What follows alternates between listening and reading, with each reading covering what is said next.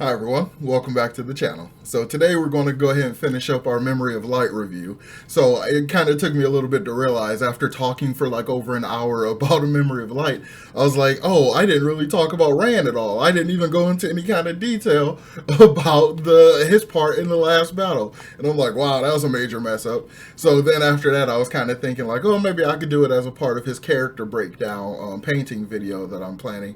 But I was like, no, because there's too much detail. So I'm going to go ahead and talk about pretty much the how I feel about the way the actual last battle with Shaitan like actually went down. So yeah, of course, if not, if this hasn't already been made very obvious, this is full of spoilers, complete total spoilers for Wheel of Time.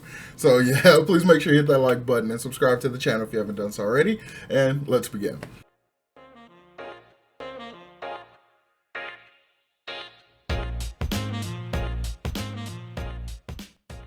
So, Rand, when he goes into the. So, I want to kind of talk a little bit about what happened earlier before that. So, I mentioned in my other review, though, that Rand had been popping around the different battlefields, like helping out and stuff. He'll go in with the Mask of Mirrors weave and, like, transform the way he looks and go in under disguise and, like, go and help and kick some ass and stuff. But he was, like, regulating his power and stuff so that people wouldn't realize he's too strong, and he was holding back the effect that he has on the world because everywhere in the world is super cloudy and stormy and stuff. But when he's there, the clouds literally part and the sun shines and stuff. But he's learned that he can actually like hold that stuff back. So he's out there doing all of that, really doing it as a way to procrastinate going to the pit of doom. Like he just, he wants to help everyone as much as he can. He's putting so much on himself that he is basically it's causing him to procrastinate doing the final thing that he actually needs to do. And I think there's also, a little bit of fear in there. There's some apprehension and stuff. He's not, he didn't feel entirely ready. But something else I also want to talk about earlier in the book when him and Tam have that interaction they do where Tam kind of teaches him how to do some sword fighting one-handed since he's lost his left hand and stuff. So I thought that was really, really cool. I thought that was a nice little setup for the whole concept of letting go that he ends up having to, dive into later and stuff. I thought that was like really well realized. And at first I didn't really think about it too much. I was just like, that's just a really good father-son moment and stuff. But when it comes back later, I'm like, oh, that makes it even better. Which is another reason why I kind of still feel bad. Like Tam mourned so, so intensely over Rand and stuff, but Rand's still around and everything. So I don't know. That's kind of also why I still feel, a little icky about that whole thing. But yeah, so. What happens is Rand goes into the pit of doom. He's got his two basically bodyguards with him. He's got Nynaeve and he's got Moraine, and they're essentially just they're just sources to Saidar for him, really. Because I was expecting them to do something. I was expecting them to go out and help, defend, to deal with everything. I assumed they were going to help beat back the Trollocs and the Shadow Spawn and stuff that were going to try to come in and interrupt Rand and whatever. So I was kind of surprised when by the end of it, they really didn't do anything except stay there and feed him power until they helped with the big trick on Moradin. So I was like, that's kind of disappointing. Like Nynaeve is, as amazingly powerful as she is, and she doesn't really do a whole lot in this. I mean, granted, she is an incredibly pivotal part to like the biggest part of the battle, but apart from that, she doesn't do a whole lot. So I don't know. And Moraine, I mean, actually, this is about what I would have expected for Moraine, especially with her nerfing, the way she's like a lot less powerful than she's been.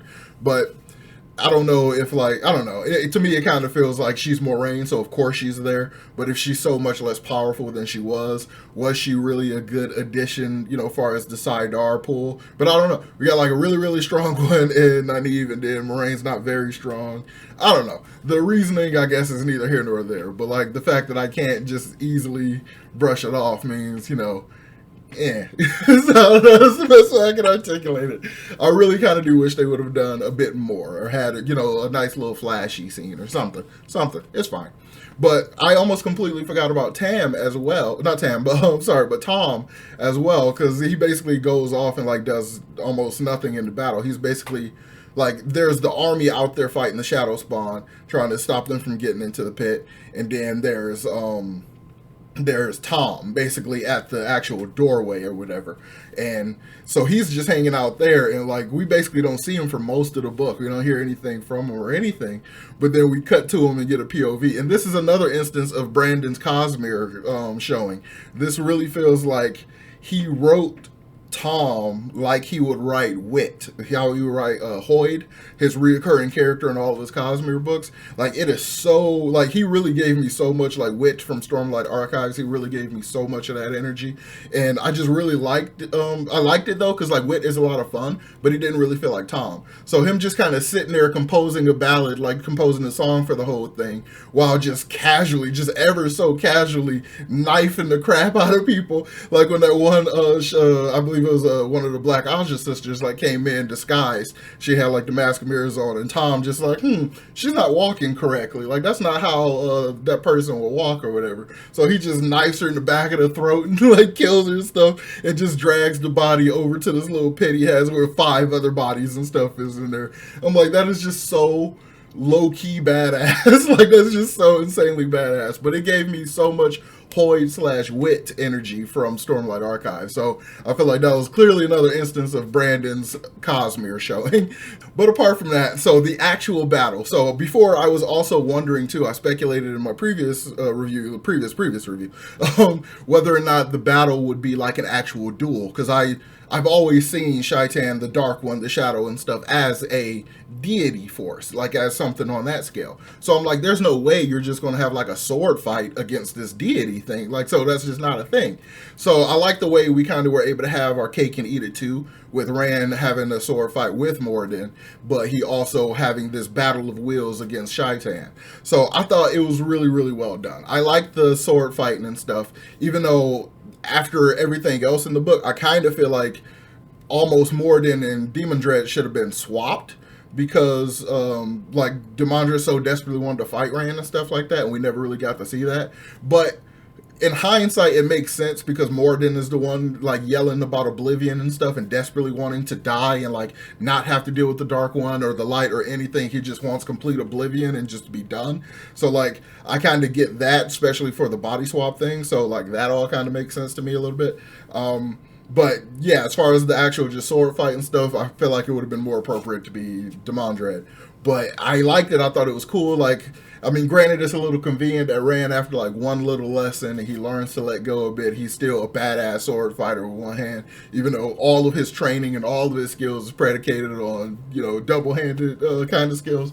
But it was cool. It was a great way to kind of set him up to get into that space outside of the pattern, because when he puts his foot back in the darkness that's on the other side of the cavern or whatever, he immediately is thrust outside of the pattern and is in this like, he's astro projected more or less outside of the pattern and is in this like non-dimensional space. It very much feels like what Stephen King did at the end of It, when Bill Denbrough has to fight It, the actual creature that is Pennywise or whatever. It's a demonic type entity from outside of the multiverse. So he kind of astro projects to the space in between universes and has a battle of wills with Pennywise. So this kind of feels like exactly what that is. Like, it feels the same thing. And I kind of like how they're basically having a philosophical conversation, like a philosophical argument and stuff. And I mean, granted, the Shadow is very clearly like he's about slavery and like knocking all these people's will out and all this stuff and just, you know, remaking in his image just all darkness and stuff. And Rand's plan has been up to this point, because he kind of remembers in his Luz Theron memories, when he was dealing with Shaitan before, he like, there was this moment where he felt like he could have actually killed him. So that's what Rand kind of went in with it. So this whole idea of killing him, killing it, I immediately didn't really think that was a great idea, because for the longest, I've always considered Shaitan like the devil creature. Like, there's, you know, clear dichotomy of a Satan type creature. So in my head, that's the personification of negativity and darkness and bad and anger and all that kind of stuff. So I'm like, this is like a universal construct. You can't really just kill that, right? Like, you can't just kill it. So I just really love the fact that that's ultimately what the conclusion came down to. So Rand basically gets in a situation where he's able to actually kill the Dark One. He uses it's like a double whammy. The way it works out is really cool. So he ends up, after after him and Shaitan have this like battle of wills, and like Shaitan shows Rand a version where he wins, and he's broken the will and remade it all in his image, and every like Nynaeve's a Forsaken and stuff, and like any channeler is automatically turned using Murdral and stuff to the shadow and stuff, like, so it's just all oppression and stuff, and like nobody even has any concept of the light, and it's just like the, you know, living hell on earth kind of thing. But then Rand, like, as because they're in this space outside of the pattern and outside of time, they're able to basically weave reality. So they're like channeling the threads of the pattern, which is such a cool concept. And I think that description is exactly like what built the TV show opening sequence, I feel like, because the more I think about it, the more that visual is applied to this whole scenario in my head. And I think it just works so well. The way the threads look in the opening credits of the TV show, I think is a perfect representation of these, like, because he was, after one point, he's holding the threads of Saidin Saidar in the true power, not the individual powers like Spirit, Earth, and all of that, but like the power itself. So in my head, it just comes off as it's like a thicker, solid, actual thread of yarn of like an actual material or something. So it just, I had so many good visuals for it in my head. Like it paints a great picture for me. It was just really, really cool. So I really like the way they were out there kind of doing that, having this battle of wills. And then Rand kind of, like, he shatters the reality that the Dark One created and showed him and stuff. And then Rand's like, no, I'm going to create this kind of reality. And, like, he shows, like, an example, basically, of reality without the Dark One, without any concept of it. And he realizes, as he's, like, going through the people and stuff, he sees in their eyes, it's the exact same kind of emptiness and blankness that was in there under the rule of the Dark One. So he kind of comes to that conclusion. It's like, without darkness, then light means nothing. Like, you can't make the choice if there's no choice. So it's just as bad to always be in the light as it is to be always in the shadow. So it's like you have to be able to make the choice for it to exist. So basically, in that moment, Rand realizes he can't kill Shaitan because he would basically obliterate what reality is in a different way. So instead, he shoves him back into his prison and reseals the door all nice and tight and everything. And then all the influence of the Dark One is receded out. But everyone, of course, still has like that choice of being dark or not. And as proven by the fact that we still have a Forsaken alive who was then immediately enslaved. So, yeah.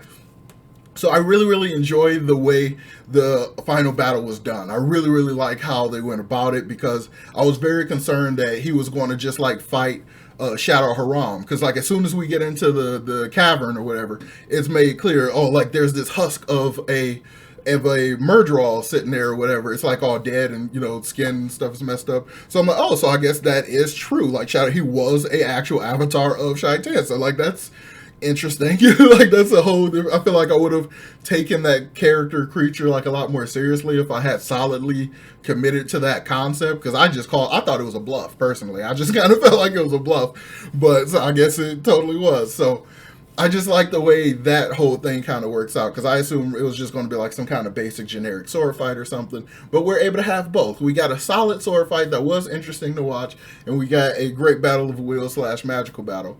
And I really like the way it ultimately wraps up with the fact that when Rand gets out of that space outside of the pattern and starts fighting Moradin again, Moradin goes to try to use Kalimdor against Rand, but the flaw in Kalimdor is basically that anyone can control you and take control of the power you're pulling. So he's using the true power from Shaitan and stuff, and the Kalimdor, the Sa'angreal, for that power as well. So he's drawing an immense amount of it, like an insane amount of it.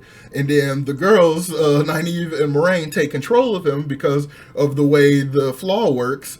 And then Rand is linked to them already. So by their link, he's able to basically lead the circle. So he then pulls all of Saidar from them. He pulls the true power from his connection with Moradin and through the Sa'angreal, and he uses all of Saidin and takes like literally all of the three powers. So as strong as anything in this universe can possibly be, Rand takes control of all three of them and like grabs the Dark One out of his thing. That's why he gets to the moment where he feels like he could just crush it and destroy them entirely. And I kind of wonder what would have happened, because if the true power is Shaitan's essence itself, and it can be used to destroy, like, I feel like that would have had so many terrible universal ramifications. I feel like that power itself would have just gone haywire and just caused all kinds of issues. So yeah, I just really like the way it all wrapped up. And that video, my initial review was already like over an hour long, so this would make it like an hour and a half long, because I've been talking good 15 minutes or so. So yeah, I'm kind of happy I split it up now this time. But so I watched a Daniel video where he was talking about the Reddit thread where Brandon basically comments and confirms what happens at the end of the book. So the whole soul swap thing, I still don't care for it, but I like it better now, understanding how it was set up. So he was talking about the connection between Rand and Moradin, like the Bellfire streams crossed, and because of the nature of Bellfire, when those streams crossed, it only recognized souls as casting it. So it basically, and it caused their connection. It kind of melded their souls together in a way. But intent is also a big part of it. So flash forward all the way to the end, when Rand's body is dying, Moradin is connected to it. His soul and stuff is connected to it. Moradin has wanted to die this entire time, seeking oblivion, desperate for oblivion, and intent is big part of all of this stuff. So his desperation for oblivion and intent to die kind of linked his soul with the body that was dying. And Rand after realizing all of the you know, everything, and learned to let go and stuff, and really appreciating the autonomy of everybody else and stuff, like he really wants to live and stuff. So he ends up, his soul links to the body that's recoverable, the one that is able to heal and actually live. So based on his intent and the desires of his soul, he goes into Moradin and lives. Moradin desperately wanted oblivion and wanted to die, and there's a body that his soul is technically connected to that is dying. So that intent causes him to go into Rand's original body and actually die. So as a concept, I think that works. I like that, and I think it's really interesting, and it plays on the whole crossing the stream things that happened what feels like a month of Sundays ago. Like, it just, it kind of works, and I really dig it. Like, and I'm happy I looked at that video before talking about this, because it kind of recontextualized the ending. I still don't really care for the fact that he's alive, because to me that still kind of feels a little bit like a cop-out, especially with the number of fake-out deaths we had in the book. So it's still, you know, I'm still not a big fan of it, but I really do appreciate it upon this recontextualization. So let me know what you all think about that in the comments down below. How did you feel about the ending? Have you heard about that Reddit thread? Or you probably know more about it than I do, because I'm brand new to a lot of this stuff. So yeah, let me know about that stuff in the comments down below. So as always, make sure you hit that like button and subscribe to the channel if you haven't done so already, and I will talk to you all next time. Peace.